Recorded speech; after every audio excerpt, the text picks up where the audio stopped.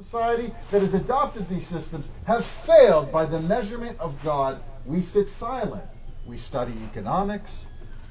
We mouth the words of other fools who come before us. And maybe sometimes we even try to put an Arabic spin on them, to pretend that we're modern and hip and we get it.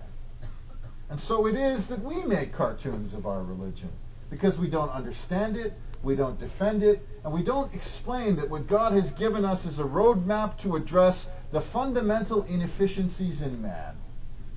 And if we took those inefficiencies and dealt with them in the way that God has asked us, we have evidence that problems are solved. I talked to you notionally today about Zakat, but actually I'm talking to you about your relationship with your deen. Do you really understand that we are not the inheritors of a few old Arabs in the desert who decided to write a few thoughts down? We are inheritors of a legacy and gift from God Himself to us. We are not God's chosen people. We think we are the people who chose God. And if that is in fact true, if the contract that we made with God when we say La ilaha illallah Muhammadur Rasulullah has any meaning, then we owe it to ourselves to go back to our sacred text, the Holy Quran, and understand what it's really calling for from us. The society that we're really obligated to build. The actions that we can take from the moment you leave this masjid to make ourselves more in keeping, more in harmony with the one who has created us. You know, our people, my people, ethnically, we're called Pathans or Pashtuns. There's different names for them. People that live in the wildest part of Pakistan and Afghanistan. We're famous for many things. Those from the south of Pakistan and in India, they'd like to call us rather stupid. There's a word in Urdu called hardamah, which means head like a donkey, that they used to apply to us. They say that because we fight too much. In fact, it's the one thing throughout all history we've been very good at doing. We fight if a chicken crosses our neighbor's line. We fight if someone looks at our mother the wrong way. We fight if someone looks at our mother at all. We fight if someone has the wrong tone of voice when he addresses our father. We fight a lot.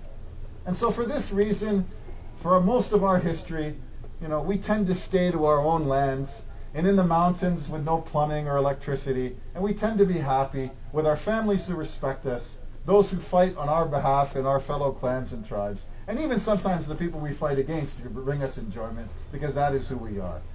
But every now and again, every 200, 300, 400 years, the people from the cities in India and Pakistan, as they're currently known, come up to us, and they ask us to fight for something bigger than one chicken coming across the neighbor's line. They ask us to fight because injustice has been perpetrated by those against those who cannot fight.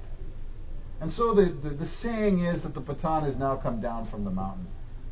And for 30, 40, 50 glorious years, some respect for the way of life that was handed to us by our Arab and Turkish cousins is restored, as people who have gone past all bounds are called on their false beliefs, as people are told the truth, not necessarily in good or polite or really eloquent ways, but they're shown the reality of what has happened to them.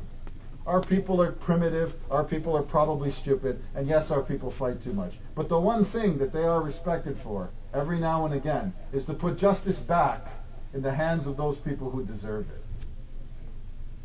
The lesson I'm trying to give you is that all of us have within us a little Pathan, a little stubborn, obnoxious, fight too much kind of man. But we've killed that man because we try to modernize him. We try to shave our beards and wear nice suits and hope that people around will applaud us because we say things that they find comfortable. I'm telling you to reject that advice, to see the world as it is, as it really, really is, as a nasty, mean, and unfair place that has been made that way by a handful of nasty, mean, and unfair people. You can do something about that with the conduct of your lives. You don't have to ignore the whispering of God every morning when you pray Fajr in your ear that asks of you that you could be much better than you have been, that I could be much better than I have been, and that we could be much better than we have been. أقول قولي هذا أستغفر الله لكم.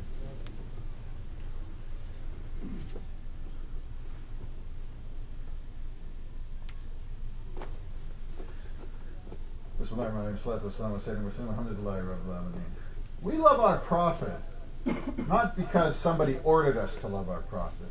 We loved our prophet because he's the finest man who ever lived. If a man came to you in the street, never knew you, and handed you $100,000 and said, "Here, take it, please. Live, be happy." You might hug this man, you might name your kid after this man, assuming he stuck around long enough to give you his name. You might say, "This is a very, very kind man." He came up to someone he didn't even know, and gave him something that would help him for the rest of, gave me something that would help me for the rest of my natural life. And if anybody insulted this man, you would naturally be upset. You would say, "Yes, how could you speak ill of such a great man?" We love our prophet because our prophet gave us something worth more than $1 billion.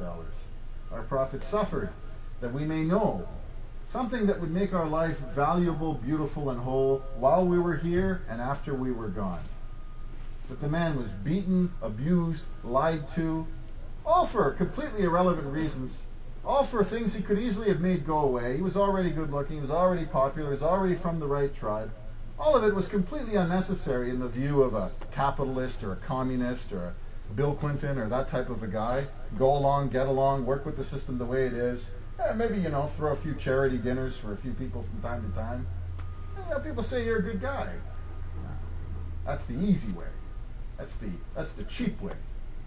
The way of men, the way of God, is to see a thing for what it is, even if it's from the people that you have grown up to love the most, and to tell them that they can do better. And to take whatever comes as a consequence of that decision, because you're afraid of God and not afraid of man. Here they talk a lot about freedom. They think freedom is given to you by a court system or government or police or a man with a gun or a flag maybe or a constitution. No. Freedom comes to you when you realize that the only thing that matters in life is your relationship with God. And all the garbage that's been fed to you between now and then that you think is important, what other people think about you, the clothes you wear, the stuff you own, the job you have, doesn't mean anything. Never has, never will. The only thing that matters is what kind of man you were at the point at which you're put into the grave. And the only judge of that is God. Not the guy beside you, not your boss, not anyone else. We have an obligation to defend a dream that will never die. And that is the dream that man is more than an animal with a slightly heavier brain. We are inheritors of a gift that is worth more than $1 billion, which is the idea that all of us are born righteous, all of us are born free, and all of us are born loved by the one who made us, and that's the only thing that ever really matters. The time has come for us to wake up, to read our deen, to read our Quran, to understand our Sunnah, to understand our traditions, not as a series of regulations that we compare to some starched and bleached out morality that has been accepted by other people around us. Ours is not a faith that's practiced for 1 hour on Sunday. Ours is the cause of a lifetime spent defending something. We have made cartoons of our deen. We have not allowed other people to do that. We ask Allah subhanahu wa ta'ala for guidance.